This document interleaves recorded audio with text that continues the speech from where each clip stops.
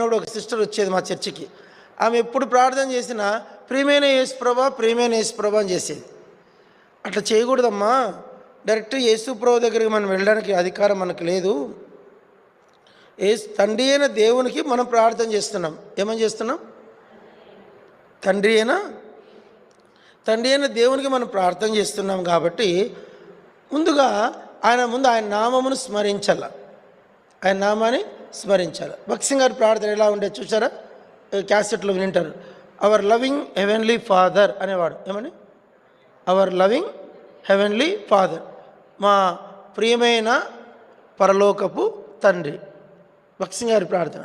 ఇంకో దైవజనులు చాలామంది వింటూ వచ్చాను. ఆరంభ ప్రార్థన వాళ్ళు ఎలా మొదలు పెడతారు, ఎవరైనా ప్రార్థన చేసేప్పుడు వాళ్ళు ఎలా మొదలు పెడతారో గమనించాలి మనం.